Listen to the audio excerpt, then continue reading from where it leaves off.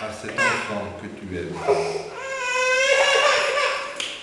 Que cet enfant ait la vie pour être créateur, comme toi, Père, qu'il travaille à rendre le monde toujours plus beau, que Léna ait la vie pour être forte dans les difficultés, comme ton Fils Jésus, qu'elle ait la vie pour vivre avec tous l'amour qui vient de ton esprit.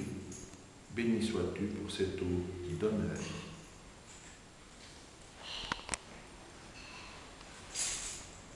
Voilà, donc bon, je vous donne quelques explications là, sur les signes qu'on va utiliser. Donc, il y a l'eau. Ensuite, dans cette boîte, il y a ce qu'on appelle le Saint-Crème. C'est une huile qui est parfumée, qui est consacrée par l'évêque dans la semaine qui précède Pâques. Et puis, donc, il y a ici le cierge pascal qui représente le Christ. Alors, pourquoi on utilise ces signes? Bon, d'abord, l'eau, le feu, ce sont des signes fondamentaux qu'on retrouve d'ailleurs dans toutes les religions. Et chaque religion, évidemment, lui met un sens particulier. Bon, l'eau, déjà, sur un plan profane et même le feu, ce sont des signes de vie. Sans feu, il n'y a pas de vie. Sans feu, il n'y a pas de vie non plus. Le feu, c'est la lumière, c'est la chaleur. Bon, donc, si on prend ces signes-là pour le baptême, ça veut dire que par le baptême, nous devenons des vivants. Nous avons en nous la vie de Dieu. C'est la vie de l'esprit que nous avons par le baptême. Donc c'est pour ça qu'on utilise ces signes-là. Bon, le cierge aussi, bon, au-delà de ce symbolisme de la vie, représente le Christ, qui est lumière. Ce cierge est béni dans la nuit de Pâques. Il représente le Christ qui est lumière et qui est vivant, ressuscité aujourd'hui. Par le baptême, celui qui est baptisé devient un vivant rempli de la lumière du Christ. Et puis enfin, le troisième signe qui est le Saint-Crème. Crème, ça s'écrit comme Christ. C'est du masculin, c'est pas la crème.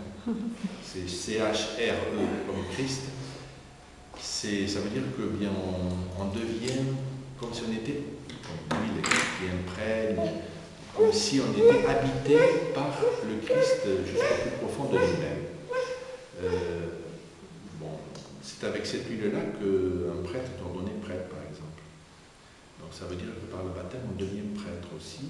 C'est avec cette huile-là aussi que là où il y a des rois chrétiens, comme l'Espagne, la Belgique, et quand ils sont sacrés rois, c'est avec cette huile-là qu'ils sont sacrés. Donc ça veut dire que ça dit la dignité de celui qui est baptisé.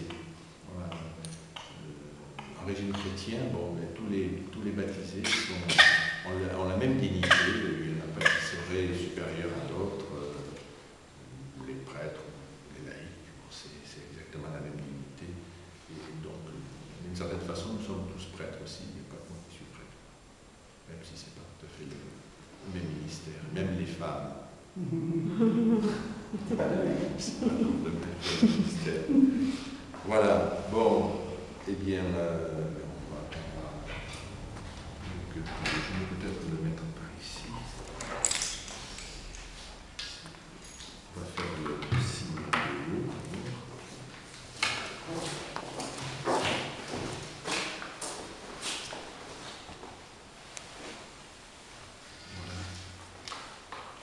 Voilà. Léna, je te baptise au nom du Père et du Fils et du Saint-Esprit. Voilà. Ah, oui, ça va. Je me demandais qu'est-ce qui se passe. Ça nous a plutôt fait plaisir. Oui, oui. Oui, voilà.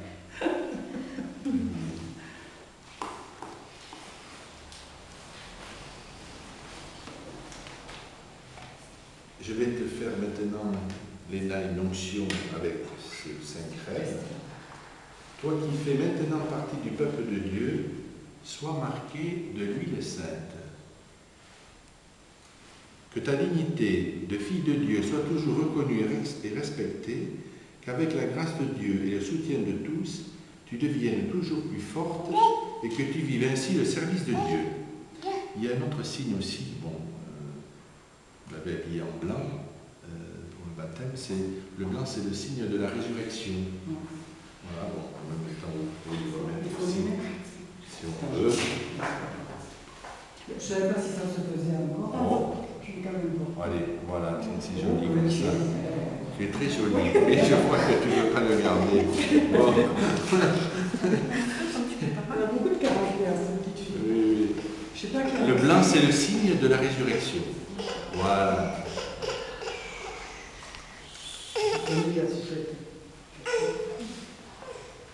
Et je vais donc allumer le cierge au Cierge Pascal.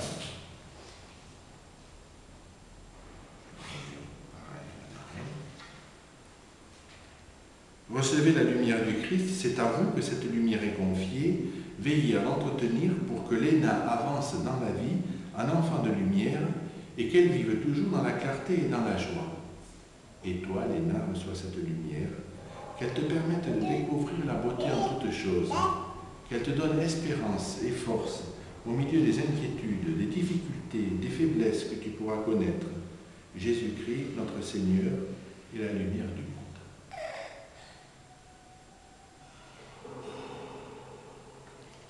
On peut dire maintenant la prière de Jésus, la prière des enfants de Dieu, notre Père. Notre Père, qui es aux cieux, que ton nom soit sanctifié,